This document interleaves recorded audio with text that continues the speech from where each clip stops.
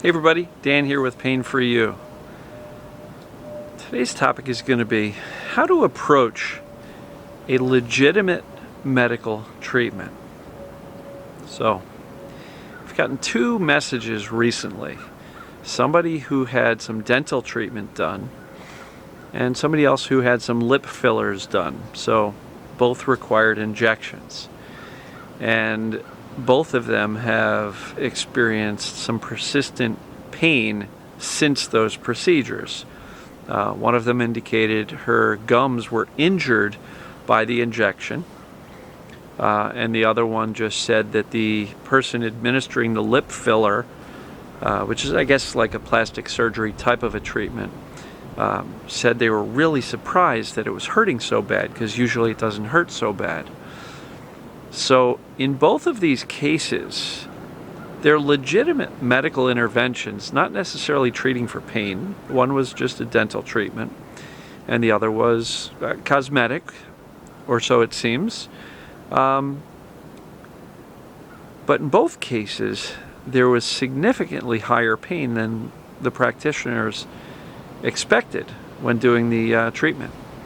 And so why is that the case? Well, first of all, anybody who's got TMS or this mind-body disorder likely has a higher sensitivity than many people, and therefore has a lower threshold for pain. And so why is that the case? Well, I absolutely believe it has to do with the fear going into these medical procedures. And so common theme for everything I do is calm the heck down, right? Trust the body, it knows what to do. I don't think the gums were injured by an injection. Yes, the gum was pierced and, the Novocaine was injected, but I don't think that leaves a long-lasting injury. I've had dental treatments all my life, and I've never had an injection site be sore for more than maybe a couple hours afterwards, and usually not even. The mouth is one of the fastest places to heal. So something else is going on, and it's definitely the mind-body syndrome. It's definitely this TMS stuff, and fear just amplifies everything. When you go in and you're hyped up on fear, what happens? You're in the stress response, you're breathing, your heart rate, blood pressure all goes up, and then what happens? Adrenaline and cortisol go up. And what does that do? It amplifies everything. It amplifies the nervous system.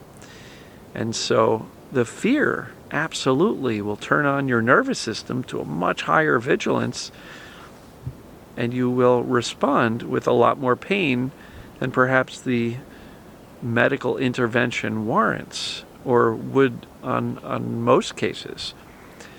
And so regardless of what actual treatment you are getting, whether it be a treatment for pain, if you are still involved in the medical model, or if you are involved in a medical treatment for something else, the best approach is going to be one of calm, trust the doctor, trust the process, trust the body. The body knows what to do. The body knows how to handle an injection without, turning it into persistent long-term pain. And so this isn't really a complex thing. I will just share with you, guys and gals, on the 20th of this month, I'm going in for surgery.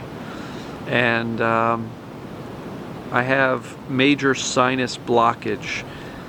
They're calling it silent sinus. Could be polyp, could be cyst. They're not 100% sure. I also have a major deviated septum from a break early in my 20s. And so it does require surgery here. This is not TMS, this is actual, I can barely breathe through my right nostril. I've actually had some people say, Dan, do you have allergies? You sound really stuffy all the time. Well, that's what's going on.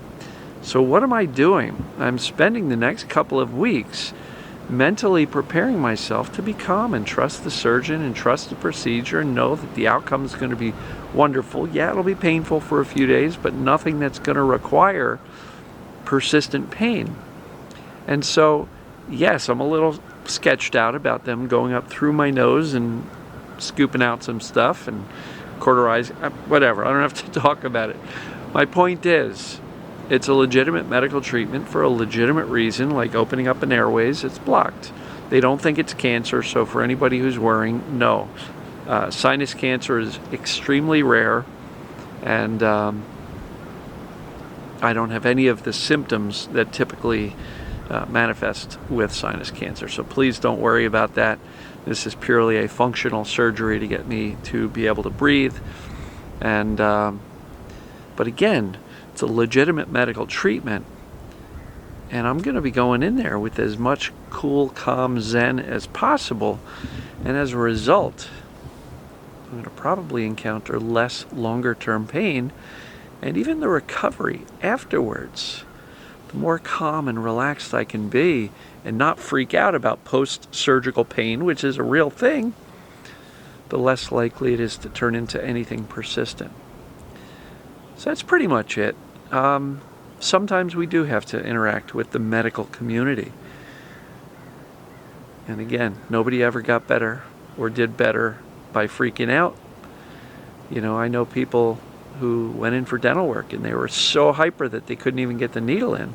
They're jumping out of the chair, and the dentist said, look, we're going to have to sedate you to be able to do this procedure. And so that's purely a fear of fight or flight, stressed out, freaked out response that is amplifying everything. And so, like I said, nobody ever got better by freaking out. Nobody ever does better with medical treatments by going in freaking out. So please, take that into consideration next time you've got something going on. Trust the doctor. If you don't trust the doctor, then why are you using that doctor, right? So, in any event, hope this was meaningful, helpful to some people. In my case, I'm going to have a real legitimate medical treatment done. Cool, calm, zen, relax. That's going to be my approach going in and coming out. So when I do feel the inevitable post-surgical pain, I'm not going to freak out about it because I know what's happening and I trust deeply my body's ability to heal. So with that, I'm going to wrap this one up. Love you guys and gals. Hope you enjoyed your Monday yesterday, and welcome to Tuesday. Talk to you soon. Love you.